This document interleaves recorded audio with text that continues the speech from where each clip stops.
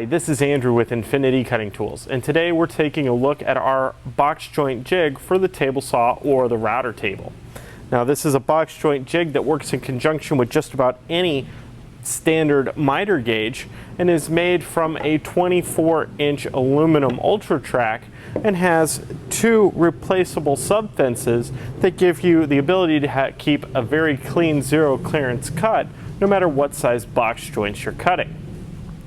Now this jig has an adjustable stop pin setup that allows you to adjust it to cut box joints from 1/8 of an inch all the way up to 13/16 of an inch, and it has a cutout in the aluminum ultra track that allows you to cut up to 1 5/8 inches deep.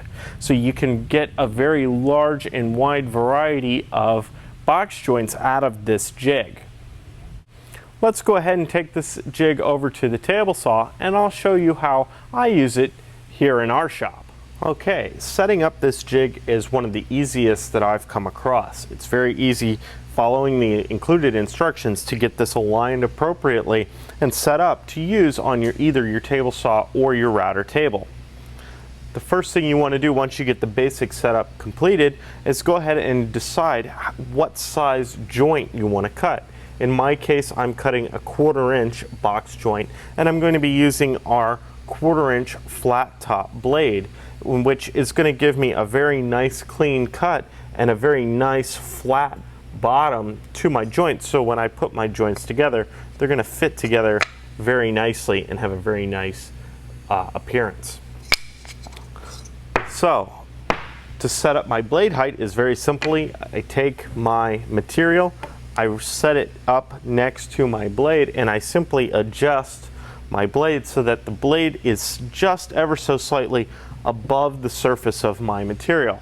Now my blade is set, and I can set the stop pins on the jig for the distance, simply 1/4 of an inch from the edge of the blade to the edge of the pin.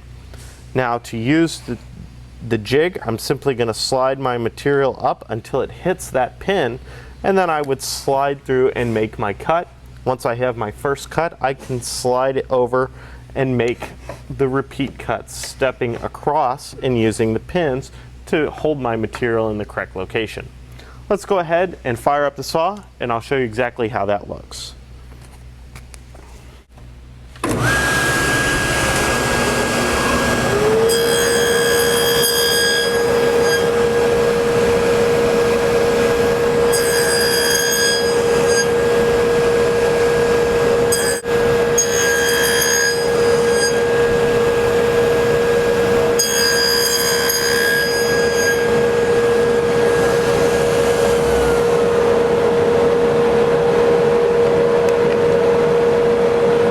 Okay, setting up for the second cut is very easy as well. We simply take the piece that we just finished cutting and turn it over so that this is the first cut we made initially, and we're going to slide that over the pin.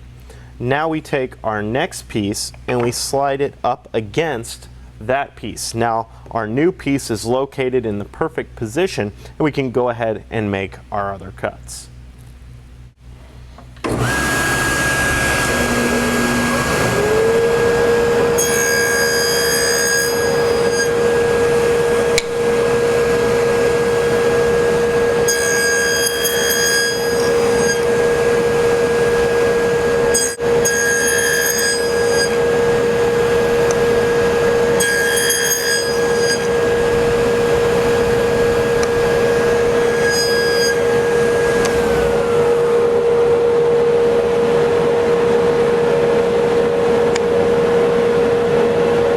The setup for using the box joint jig on the router table is exactly the same as for using it on the table saw.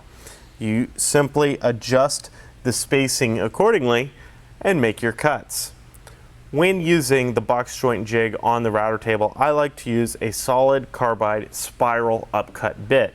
For me, this gives me the cleanest possible cut and makes it very easy to get perfect joints. With the ability to cut such a wide range of box joints and a lifetime guarantee against defects in both materials and workmanship, you can be sure that our box joint jig is going to stand the test of time in your shop for years to come.